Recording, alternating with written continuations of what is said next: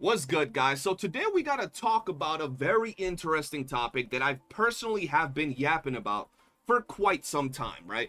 This is something that the more you play the game and the more you vertically invest into some of your characters, the more you will realize that this is absolutely true. Now, this video by Juice is titled, Why Support Sequences Are Worthless. So ideally, the whole topic is you're getting sequences for your characters, and which ones should you dupe? Now, in reality, I've always said this, we've always yapped about this. If you're going to be duping your characters, you really shouldn't be going for support characters. The reason being is DPS characters are absolutely broken. You can get a max duped DPS with their 5th best in slot supporter, and your DPS will just absolutely clear everything. Whereas you can get a decently build DPS and just get some sequences on a supporter, and you'll notice the increase in your damage, for example an S2 on a Shorekeeper, which is pretty damn good, but it won't really go as far as getting per se sequences on a DPS. So I want to check out what this video by Juice is all about, what her thoughts are on this topic, and then we'll break it down, giving you some examples based on characters I've personally duped up. Shout out to Jet Black. So without further ado, let's go ahead and check it out. Sequences? Get DPS sequences instead. Allow me to tell you why that is today. My name is Juice, and let's get into it. Okay, so, I want to start this off by saying, support sequences on their own aren't necessarily low quality. The buffs that they give are good. You do get what you're pulling for when it comes to what they give you. However, when it comes to overall account value, you would actually rather go for DPS sequences. The reason why I feel like this is something important to highlight is because in most games like Wuthering Waves, gacha games, the general consensus is that you want to invest highly into your supports because they're going to last a lot longer than your main DPSs. So this is generally what goes down in most gacha games, right?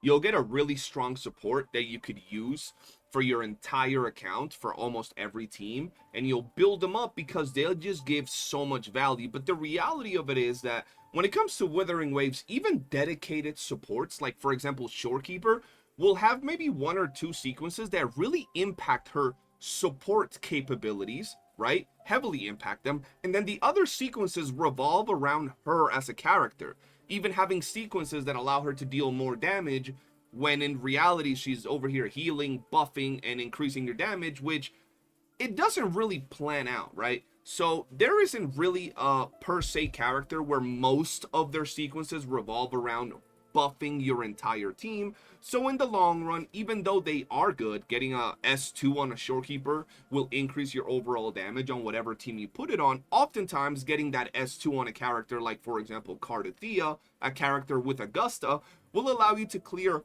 all the content. And while yes, you did get 2 sequences on a main DPS as opposed to a support that you can slot into multiple teams, once you guys see that you have 1 or 2 main DPSs with like 2-3 sequences on them, you can clear the entirety of the content in WUWA. It's that simple. And eventually, as we have been seeing, teams like the Mono Havoc, the Mono Fusion, they're all not really using Shorekeeper, right? So in all reality, this game doesn't have as much value for supports. There's a lot of replacements. For example, we're going to be getting Yuno, and Yuno is going to be the best in slot for Augusta, right? So you could be thinking, yo, I could get some dupes on Yuno and get her some more value for Augusta. But in all reality, if you put those dupes into Augusta, your Augusta with even a Mortifi will be clearing without any problem whatsoever. This is one of those games where I've personally noticed that the more you vertically invest into your DPSs, the less relevant that your supports become, where you can literally solo with your DPS characters without even needing some supports on the team. But Wuthering Waves is a unique case where the DPSs don't really fall off that much. Every limited 5-star DPS is very good, and I would say that the lower ones, they're still decent, and the best ones are insane. There's generally always a very nice balance kept, and whenever the older ones are falling off, there's always a new teammate coming out to try and help out their meta position. So there's never a situation in which a character is just completely bricks for the rest of their time in the Wuthering Waves meta. Every 5-star has a good use case, and that's very nice. However, this leads to a situation where I feel like it's just much better to invest into your main DPSs as opposed to investing into your supports, because another reason for this is that Wuthering Waves has 3 team slots. This means that characters are designed a lot more specifically. Second slot teammates are usually made to work with a couple of other characters. Third slot teammates can be a lot more flexible, but the only universal third slot teammate we have as of now is Shorekeeper. 100%, and I don't really see them making more universal teammates, because the reality of it is Shorekeeper is the only character, and I often talk about this because people keep bringing the damn thing of Yuno is going to replace Shorekeeper, right? No, she's not. Yuno is a specific character for heavy comps or Augusta. That's it. Heavy comps or Augusta.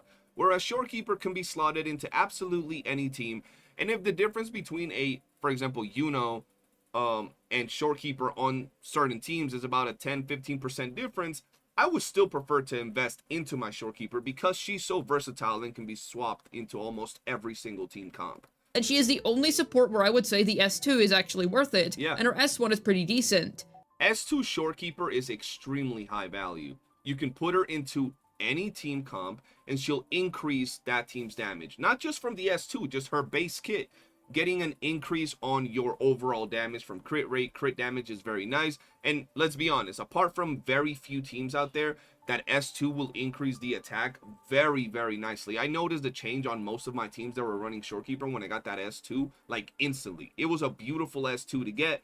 But once again, it's one of those scenarios that a character like Cardathea, a character like Augusta, maybe even for Lova, I haven't really checked her S2, but getting that same S2 on a character like that will already be dealing the damage that you're getting from your Shorekeeper's S2, and you can pretty much clear all the content with that. So yes, she is the only general buffer, and I don't see Kuro doing another character like this, simply because people can't stop talking about how good and how broken Shorekeeper is. And even though they're not saying it as much right now, for the past 6-7 months, that's all people talked about when they referred to Shorekeeper. As for everybody else that's a support, or a first slot teammate or a second slot teammate, I actually generally wouldn't recommend their sequences. This is because when it comes to modern characters at least, DPS sequence nodes are absolutely broken. They are going to last you for a very long time. With good enough skill, any S0 or 1 DPS is going to feel nuts. However, yeah, that's absolutely true.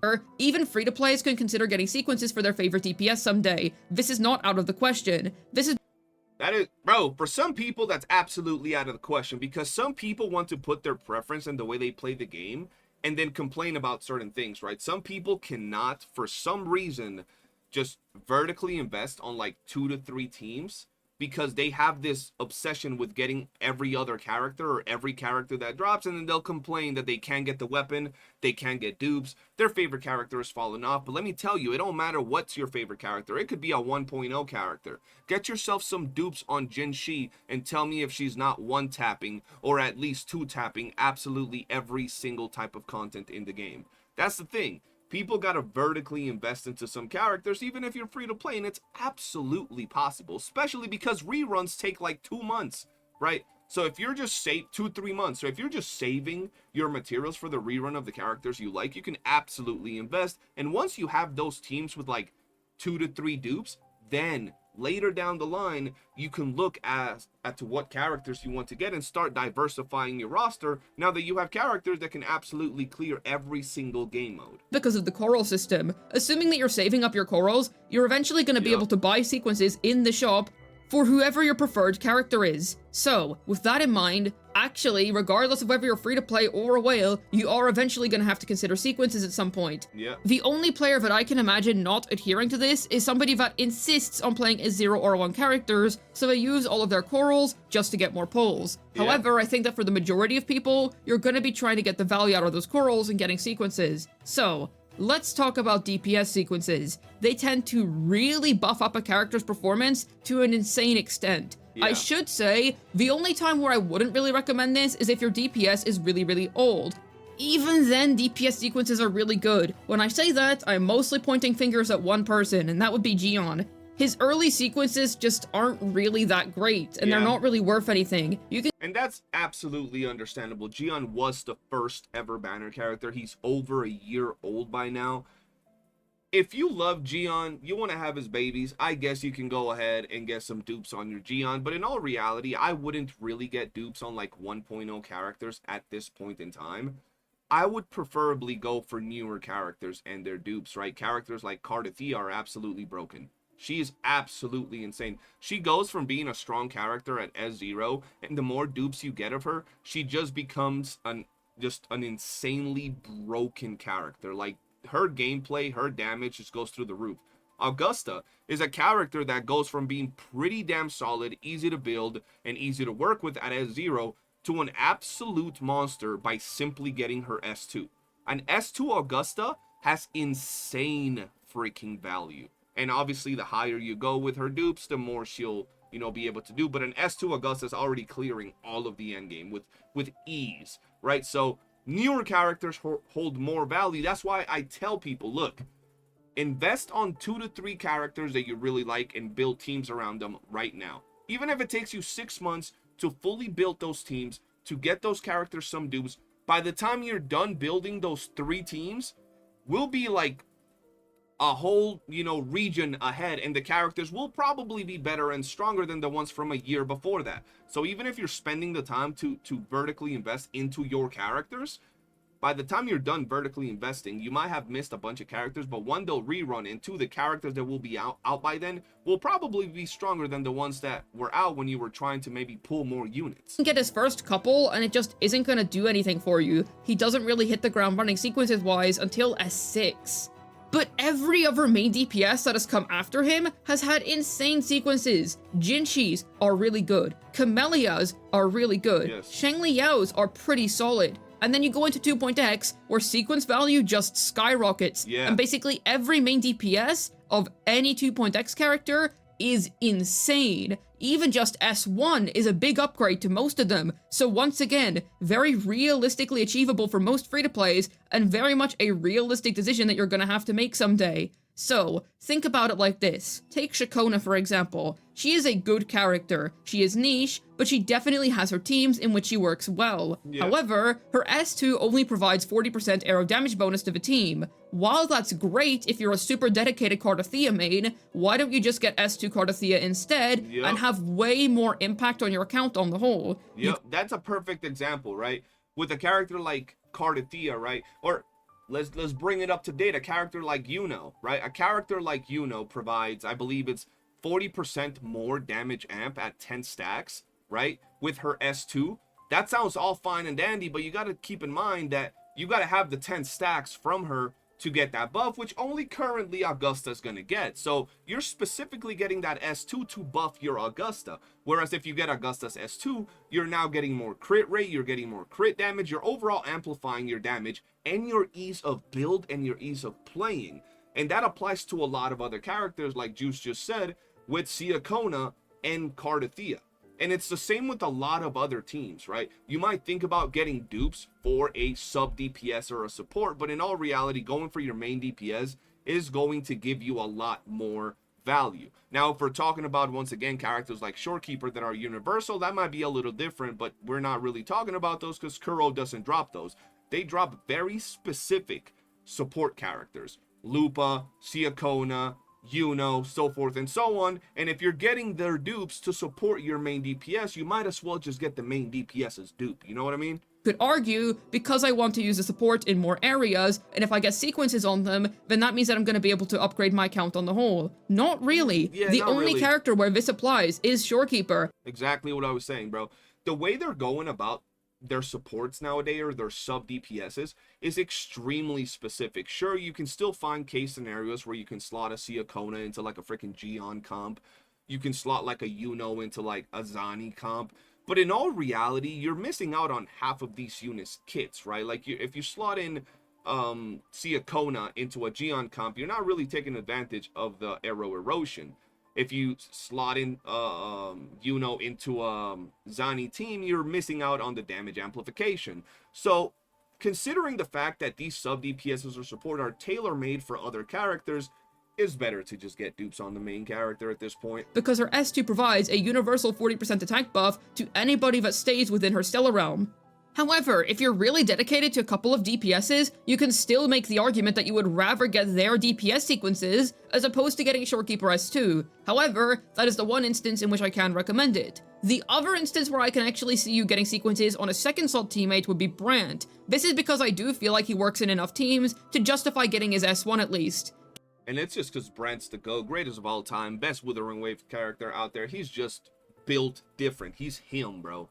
And I'm not glazing. He's just actually absolutely insane. He's still dropping nukes on everybody's head tops, bro. Getting more damage on him is completely fair, considering that damage is a large part of his value, and making him do more of that, quite a lot more of that, is honestly not a bad investment at all. So if you use him frequently, and I feel like accounts that have invested into him and his signature weapon do use him frequently, then yes, he's also another one where the investment is actually worth your time. Yeah. But otherwise... See, the thing is with Brandt, for example, is that he was tailor-made to be a sub-DPS support, a character that heals, shields, and buff. But when you get a couple of dupes, a few dupes on Brandt, he goes from being a sub-DPS to a main DPS. And it's not one of those case scenarios where it's like, yo, if I get some dupes on a support or a sub-DPS, can I run him as a main DPS? Yeah, he'll still perform, but the main DPS will be better. Currently, the main DPS of the Fusion team is Shang-Li, right? Brandt outperforms her as a main DPS when you get dupes on him. Even if you compare max duped Shang-Li to a max duped Brandt blows her out of the water. He goes from being an absolute insane support buffer to an absolute insane support main DPS. So, hey, yo, great thing that Juice pointed that out. Not because I'm a Brandt glazer, but that's because it's facts. Most characters, they have insanely busted DPS sequences, and you would rather invest into the hyper carry. It's just better bang for your ass strikes on the whole, and it's gonna last you for longer. I can understand why you might not want to do this, because you would rather have variety in characters. Well, might I remind you that corals are a thing, and that aside, unless you're somebody that changes who their waifu is every patch, everybody has a main. Everybody has a DPS that they like to go back to, and it's always wisest to get sequences in those areas. Yep. Another thing is that if you get sequences on really niche supports, you're only really buffing up that specific team, and it's basically never better than just getting sequences on that DPS. Let's take a Forlova team, for example. You would rather get sequences on Forlova all the way up to S6, rather than getting a singular sequence on Cantarella or Roshia. It is so much more worth your time. That is not to say that those other two have bad sequences, but it would just be wrong to say that they have value equivalent to that of Forlova's sequences. 100%. Meaning that all around, once again, the answer here is just to invest into the main DPS. In a Zani team, if you're going to go crazy with investment, it is always better to invest into your Zani first and your Phoebe second. I was once asked whether an S6 Zani with her weapon with an S0 R1 Phoebe would be better than going for an S2 Zani with an S2 Phoebe, both at R1. The 100%. answer was actually getting the Zani S6 was better. Now, obviously, I'm not really trying to appeal to S6 here because that's kind of crazy, and if you're going for that, well, then you obviously have a wife or husband that you're really, really inclined to. No, and honestly, you don't even gotta talk about S6 at this point. Most main DPSs nowadays, their S2s are absolutely crack, and the value they bring makes the character jump from like a good unit or a great unit to something that just helps you clear the entirety of the game, no problem. And that's just talking about the S2 of a unit. Zani's S2 is amazing, right? Augusta's S2 is freaking chef's kiss, right? So even though I have a lot of characters S6 star 5, a lot of them, I've gotten to test out the value of these units, and what you can accomplish with main DPSs with dupes on them is so much more than if you like balance it out. Like if you get like 2 dupes on your main DPS and then 2 dupes on your sub DPS, at that point you would have been able to get 4 dupes on your main DPS, and it's just absolutely insane when you compare that to like an S0 or S2 comp.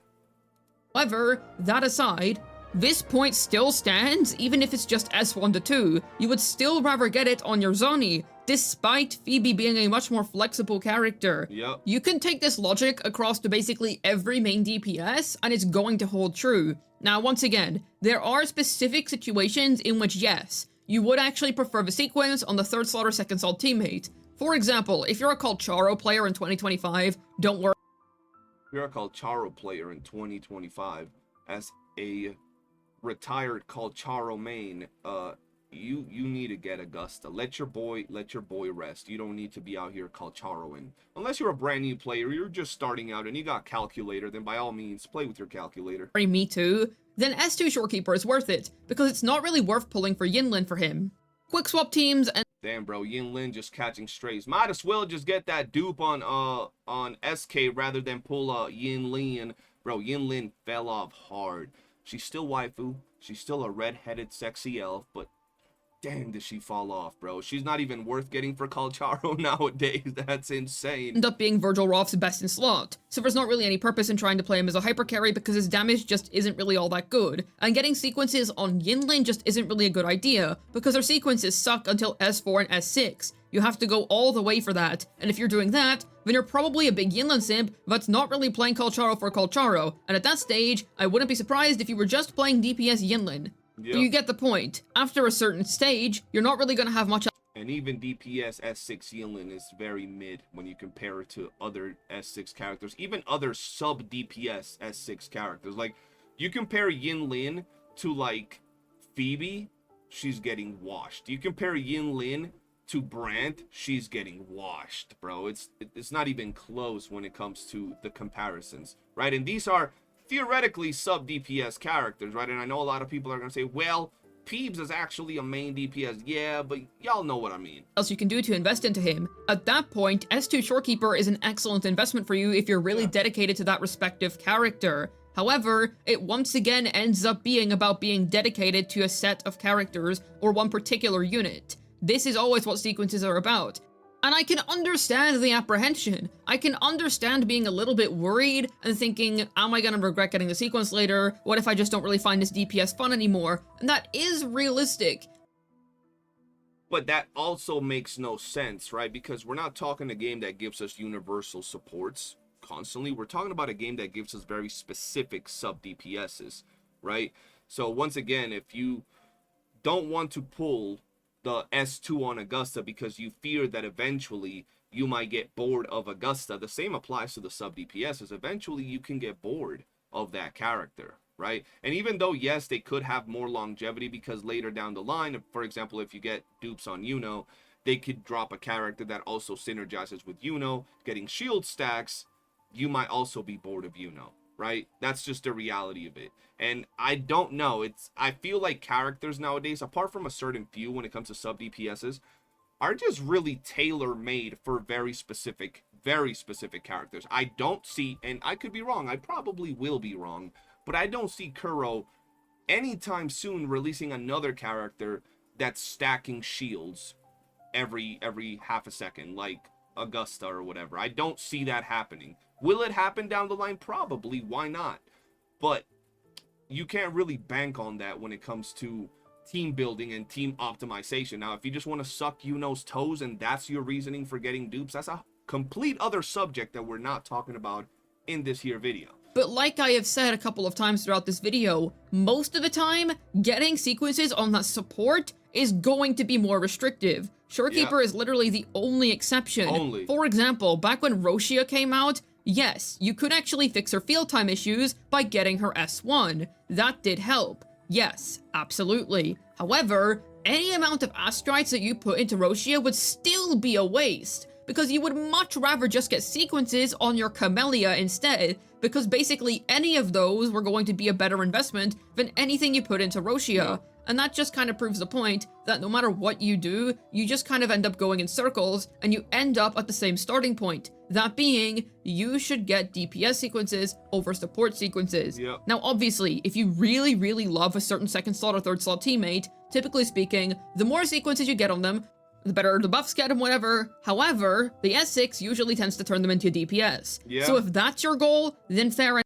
That's what I was talking about before, bro. I feel that most of these characters, when it comes to their dupes, bro, just for some reason, they go from being a support character, even a character like Shorekeeper, right? Like, if we go over and take a look at Shorekeeper, right? Let's go over and take a look at Shorekeeper real quick. There we go.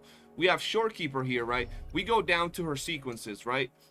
Very, very nice sequence. not bad at all, right? This gives you some healing, but then you look at things like this, right? Basic attack stage 3, you got more damage. So a lot of times if you're looking at characters like this, some of these sequences just kind of make no sense for a support type of unit. Now, if the game was releasing a lot more characters that were universal buffers, it would make more sense. Like if they were releasing, for example, Yuno, and Yuno gave heavy attack to everybody while also giving the damage amp to everybody, it would make sense. But if you look at Yuno's dupes, she literally gets turned into a freaking DPS.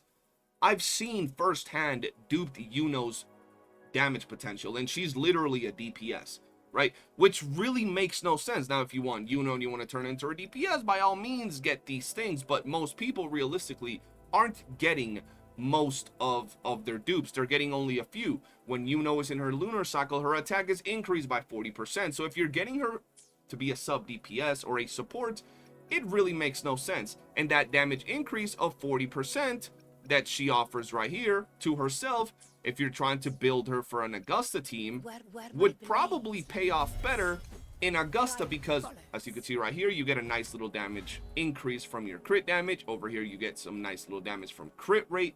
Overall, it just makes no sense with the way that they're doing their characters to actually go on ahead and get sequences for your sub DPSs. Enough. But that's not really what I'm trying to appeal to here. I'm not really talking about people that are super dedicated to one character, where they love the design, they love the lore, they love the gameplay, all of that, and they insist on making them a main DPS. I would know I'm gonna get S6 Choyuan, and I personally don't expect Kuro to design him as a main DPS. I'll be very happy if they do, but I just don't expect it.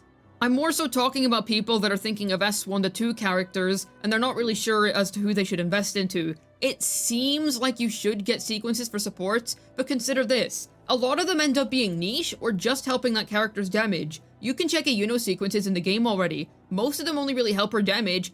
Exactly what I was just showing you guys. And when we're talking about early sequences, which would be S1 to 3 at a stretch, but I'd like to say S1 to 2, only her S2 actually helps out her buffing capabilities. And at that point, you would rather just get the sequences on your Augusta. The only Bro, exactly what I just said. 100%. Situation in which you would rather get them on a Yuno is if you're playing Gion, because once again, he is a character that does need a bit more help, and his sequences just aren't really worth it all around. So, all I really want to convey is that if you're going for sequences, and at some point you will if you're saving your corals, regardless of whatever your spending status is, you will eventually stumble upon the choice of sequences.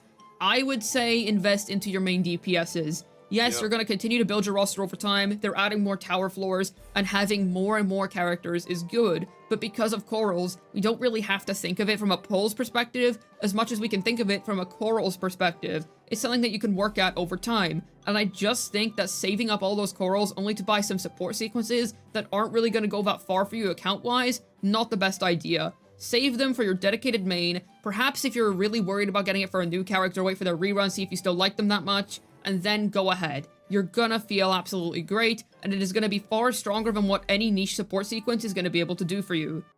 Absolutely, bro. I've always talked about this particular topic. I think she's absolutely right. And while there could be certain things that change this perspective, if, for example, they start releasing more overall support characters, more universal characters, like if later down the line they release more universal type characters, then we can see a change in this particular conversation where it could be like, yo, you might want to get the dupes for this particular character because it's gonna go a long way, right? Like if they release another Shorekeeper style character that now buffs the entire team, you can now be like, yo, get that S2 Shorekeeper, get that S2 of the other character, and you have your 2 insane, amazing universal buffers. But for the current time, and where we're at in Withering Waves right now, personally, I agree with Juice. I've been saying this for a very long time. If you're going to invest into your main DPSs. And even though you will need more characters later down the line, having a main DPS that can clear all the content, no problem, be it Whimpering Waste, be a tower, and making it easier for you guys to get those Astrites without having to maybe miss a couple because you're not clearing all the endgame content, is eventually going to go a lot further than a sub DPS or support dupe. But that's gonna be me. Let me know in the comment section below 2 things. 1, do you agree with this take, or do you think that support or sub DPS dupes are more important? And 2, let me know what character do you have the most dupes on in the comment section below. For now, that's going to be it. Thank you guys for watching, and peace.